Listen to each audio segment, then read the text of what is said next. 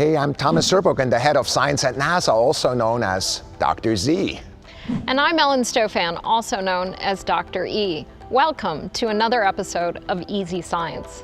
So Thomas, we're here at the Stephen F. Udvar-Hazy Center in Chantilly, Virginia, at the tail of the Discovery Space Shuttle, because we're celebrating a very special anniversary.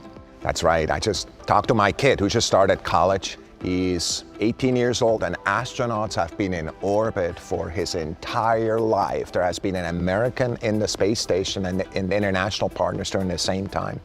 For 20 years, the space station has been inhabited, and what an amazing anniversary of international cooperation. This 6-bedroom building up there, the length of a football field or so, inhabited and doing science. It's incredible. We feel a really close connection to the International Space Station because about a third of Discovery's missions were helping to construct it. You know, there's modules on the space station from the United States, from Japan, from the European Space Agency, and Russia. And it's such a great example of international cooperation, how even though sometimes we don't get along here on the ground, we can literally go to a higher plane and find a way to cooperate. That's right, 240 astronauts from 19 countries, nearly 3,000 experiments, and many of them, of course, on the inside. But we have multiple experiments from 3 disciplines hanging from the outside of the space station. I'll pick up one. The structure of neutron stars. The internal structure of that is measured by the NICER experiment. And that is right now taking measurements of X-rays in the sky from the space station. That's amazing. And you know, my favorite experiment actually has to do with human health. And I think a lot of people don't realize how much research has been done on the International Space Station around human health. You know, almost half of the Apollo astronauts either got an infection in space or got an infection soon after they returned, because what we've discovered is that when you put humans in microgravity, their immune system doesn't function as well. And we've actually done enough experiments on the International Space Station to realize it's the T-cell part of your immune response in your body that's being suppressed. Now, that's fascinating because we can use that information to better understand how our immune system works. And obviously right now in the time of COVID, that's really important information. The other thing that I think about a lot is, and I actually talk to astronauts about it who have been up there for substantial times, is the importance of this experiment called Veggie. It sounds just like what it is. It's actually growing plants in space. And what's really exciting is for them, we know psychologically that's really an important part of a livable environment, to have plants, green, that lives there. And frankly also that they can eat. And they love especially some of the very spicy plants that are out there. But a lot of research is being done with these plants to just really learn how, of course, as we prepare for longer duration travel, how we can use that kind of platform to grow food and to have that livable environment.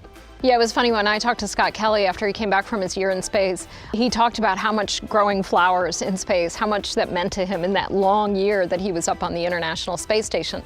Which reminds me of one of the most important things we use the ISS for that we haven't mentioned.